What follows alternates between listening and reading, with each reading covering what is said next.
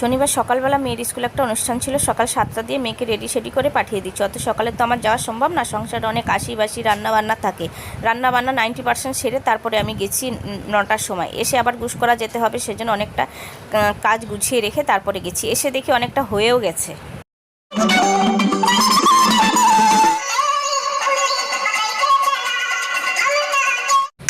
স্কুলের অনুষ্ঠান তো শেষ হয়ে গেছে। 10:30টার দিকে রাস্তা দিয়ে হেঁটে হেঁটে যাচ্ছি, কোনো একটা টোটো পাচ্ছিলাম না। 2-1টা যদিও বা যাচ্ছিলো তো বুকিং হয়ে যাচ্ছিল। ছোটদের আবার টিফিনের ব্যবস্থা করেছিল, ওরা খেতে খেতেই যাচ্ছিল। ওদের টোটো যাচ্ছিল, স্কুলের টোটো যাচ্ছিল, সেটাতেই আমরা চেপে পড়লাম সবাই মিলে। বাড়ি এসে আবার যেটুকু কাজবাজ বাকি ছিল সেরে আবার গুছ করার চললাম। শাশুড়িকে বলেছি ভাতটা বসাতে। মেয়ে আবার ক্লান্ত হয়ে গেছে, ঘুমাতে ঘুমাতে যাচ্ছে।